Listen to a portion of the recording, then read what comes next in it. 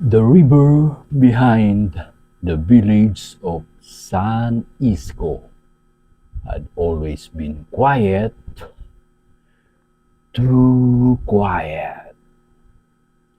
Some said moved slowly, like it was thinking, like it was alive. In a way, water shouldn't be. By day, children skip stone across the surface, and fishermen cast their nets without worry. But when the sun dipped behind the coconut trees, shadows stretched long across the banks. The river changed. Old Bang Ruel, the oldest man in the village, used to warn everyone.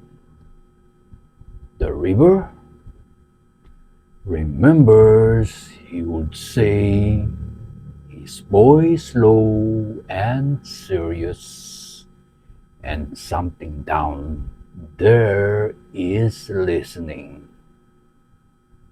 Of course, most people didn't believe him. They laughed, shrugged it off. It has superstition until the night Lito disappeared. Lito was 16, bold and stubborn.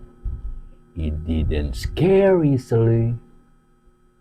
One evening, just after sunset, he told his friends he proved there was nothing in the river.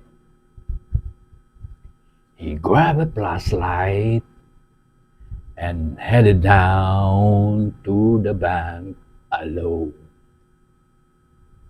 That was the last time anyone saw him. The next morning, his slippers were found near the water's edge, half buried in the mud. There were strange marks around them, not footprints, not quite long dragging lines, as if something heavy had pulled itself out of the river or dragged something back in. After that, no one went near the river at night. But stories began to spread. Some said they heard splashing in darkness, slow and heavy. Others claimed to see something just beneath the surface, a shadow too large to be peace, gliding silently to the water. Fishermen began returning early, whispering about nets that came back torn as if something powerful had ripped them from below. Then came Mara. Mara was Lito's younger sister, and unlike the others, she didn't accept that her brother was simply gone. She believed something had taken him and she wanted answers. One night, with nothing but a lantern and her courage, she walked down the river. The air felt of insects and frogs were gone. The river lay still, reflecting the moon like a sheet of a black glass. Mara, a voice whispered. She froze. It sounded like Leto. Mara, help me. Her heart pounded. Leto, she called, stepping closer to the edge. The water rippled.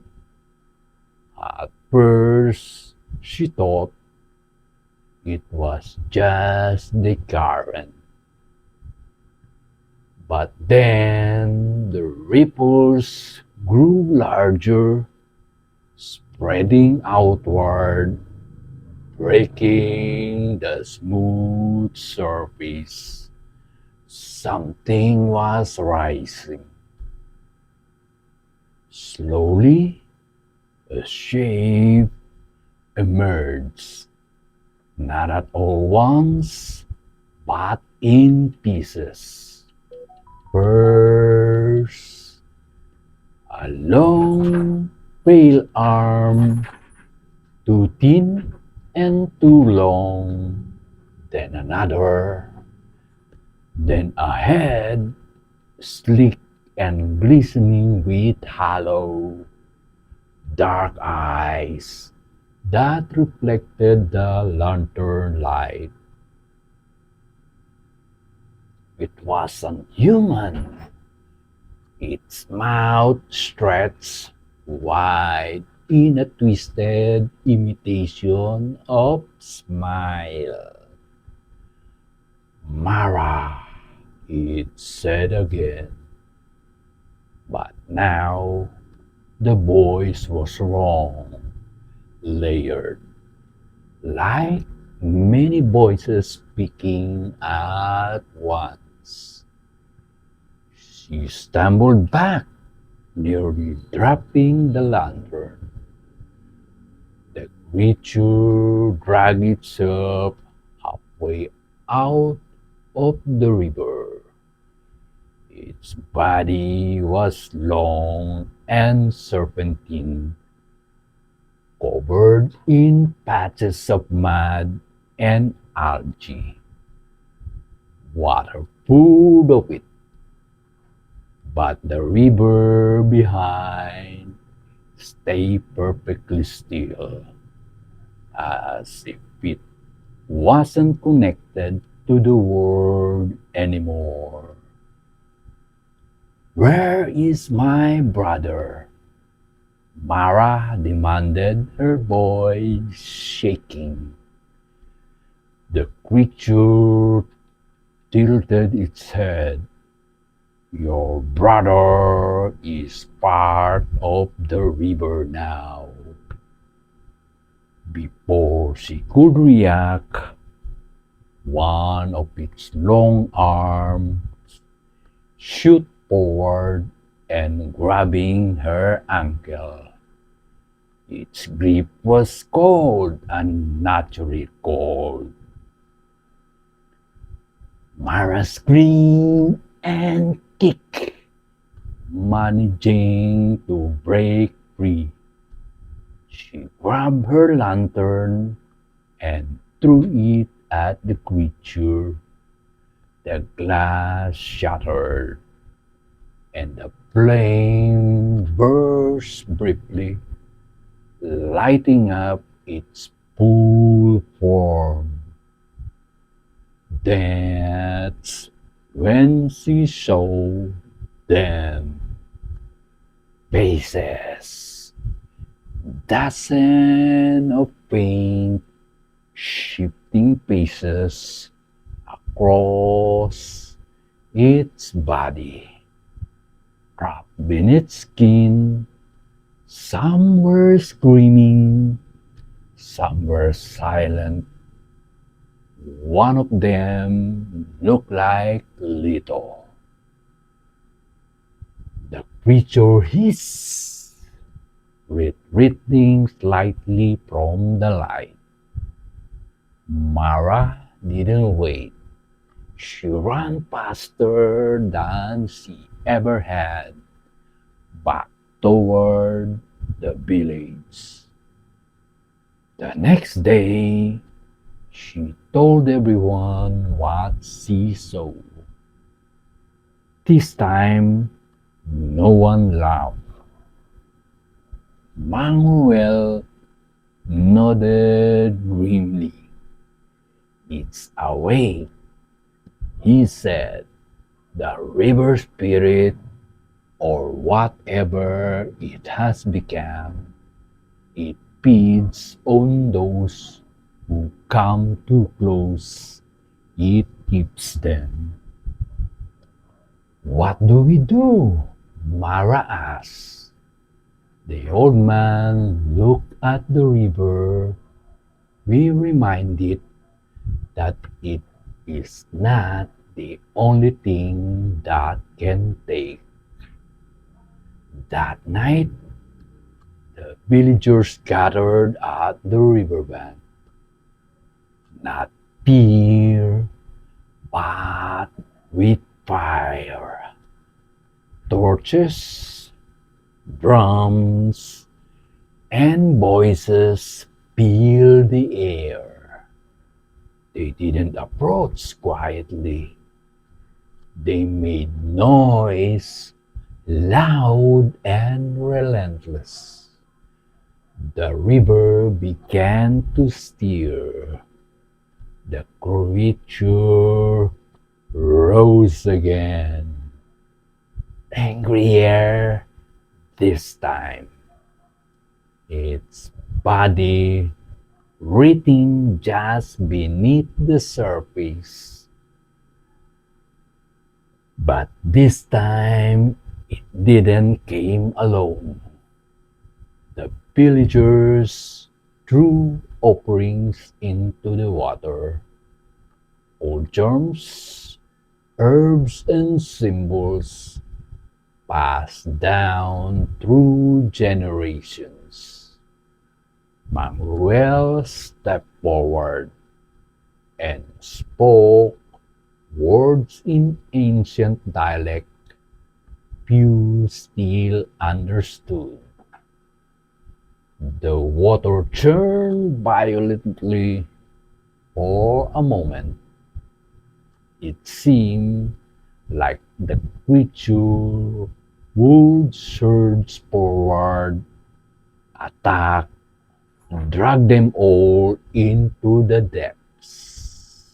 But then it stopped.